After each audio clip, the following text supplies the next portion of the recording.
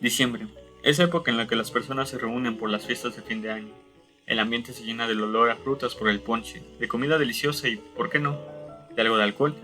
Y no sé cómo sea en su caso, porque sé que no es igual para todos, pero al menos para mí, estas reuniones con la familia y los amigos son también un momento que se presta mucho a la reflexión.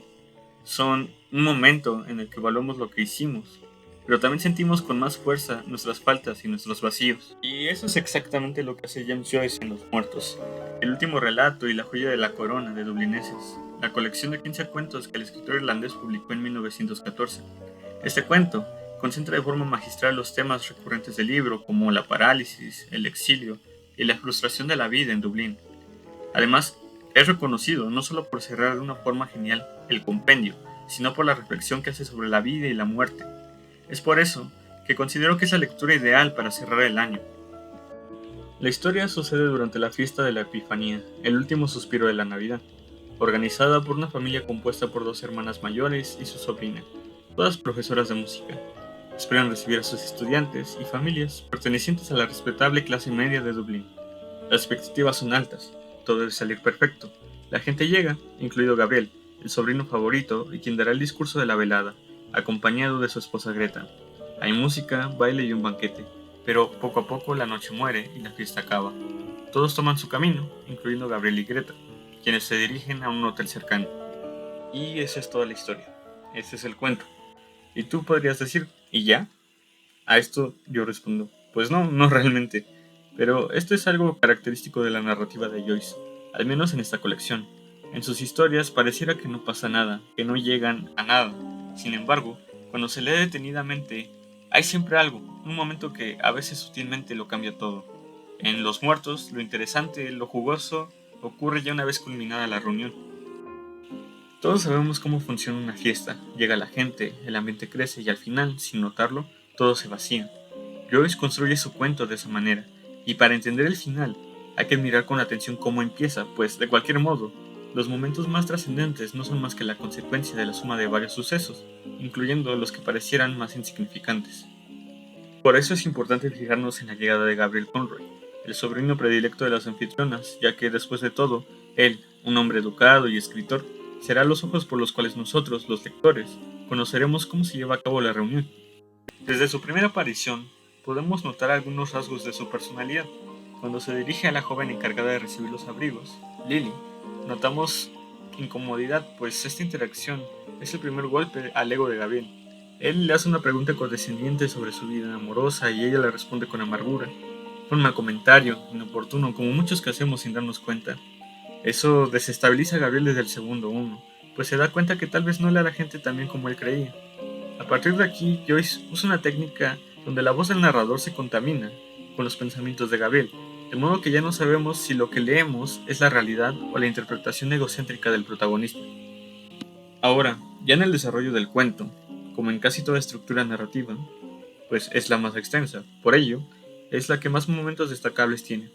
Quisiera resaltar al menos dos. El primero de ellos es la conversación que Gabriel tiene con Miss Ivors, odiosa desde su perspectiva, claramente, ya que ella cuestiona qué tan sólido es su nacionalismo, pues insinúa que ha cometido una traición a Irlanda al escribir reseñas literarias para un diario británico.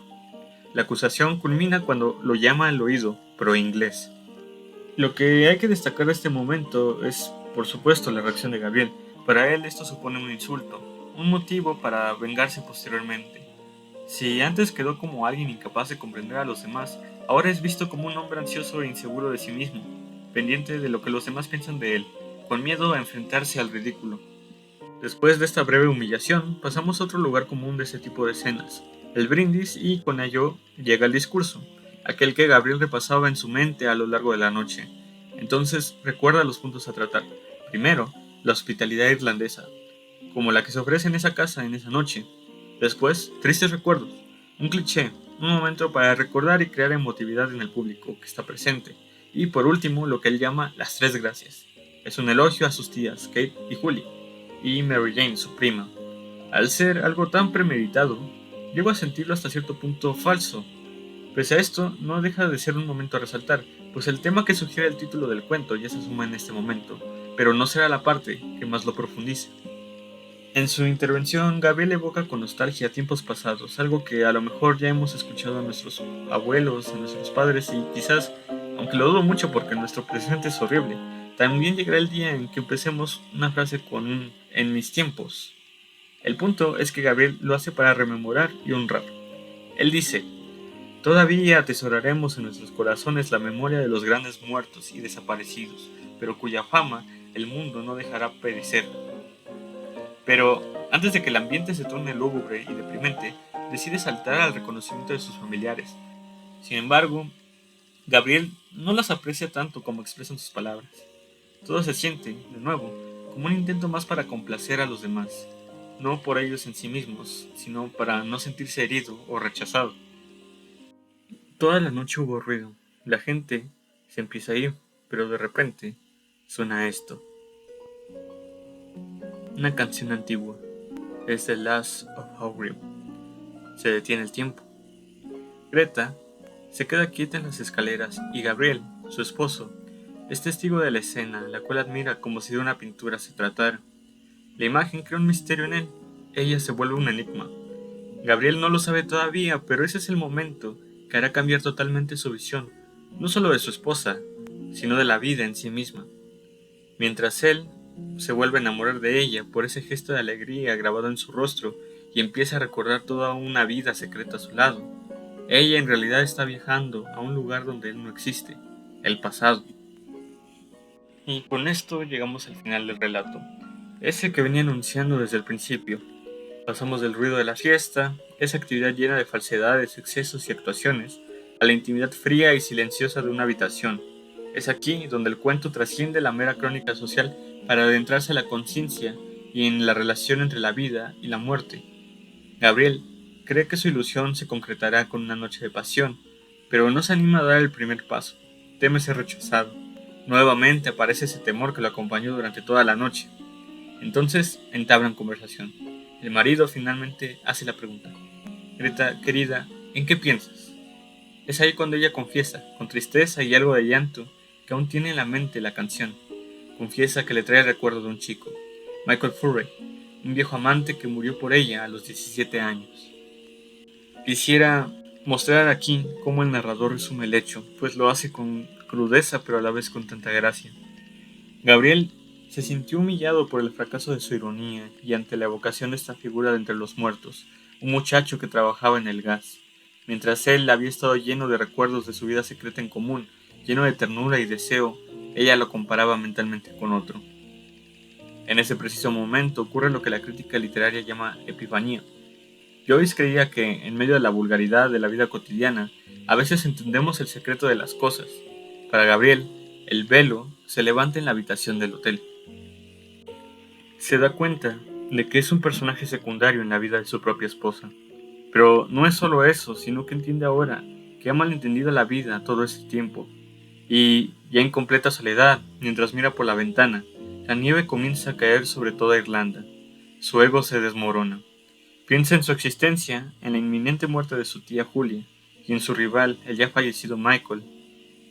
Mejor pasar audaz al otro mundo, en el apogeo de una pasión, que marchitarse consumido funestamente por la vida. Su matrimonio, su educación, su intelecto, su imagen palidecen frente a este pensamiento. El acto apasionado del muchacho enamorado de la joven Greta guarda algo de heroico, tanto que, de cierta forma, pasa a convertirse, al menos por un instante, en modelo de acción para el protagonista. Un muerto le ha hecho ver que su vida ha sido inerte.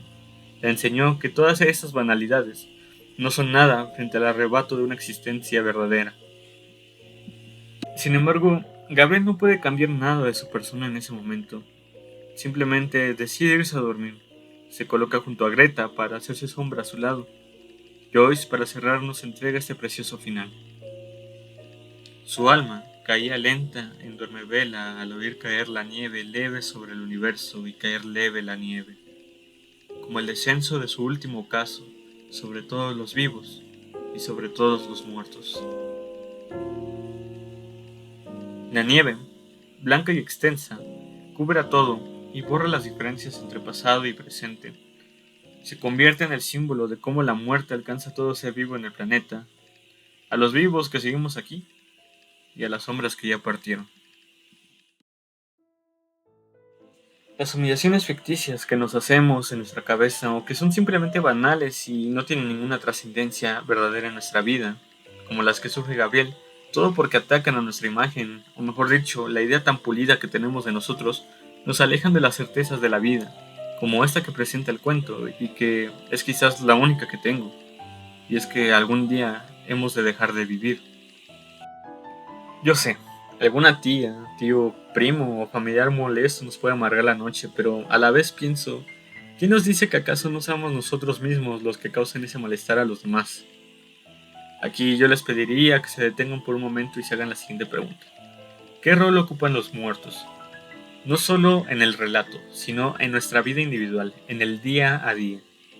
Creo que, sobre todo, nos llevan a pensar en nuestra propia mortalidad, lo cual, si bien puede conducir a una parálisis o a una tristeza profunda, nos ofrece una perspectiva esencial.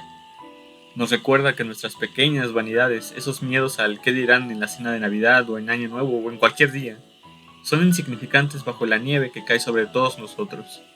Al final, todos seremos sombras, así que, mientras estemos aquí, intentemos amar con la intensidad de Michael Curray, y no solo comernos la cabeza como lo hacía Gabriel Conroy.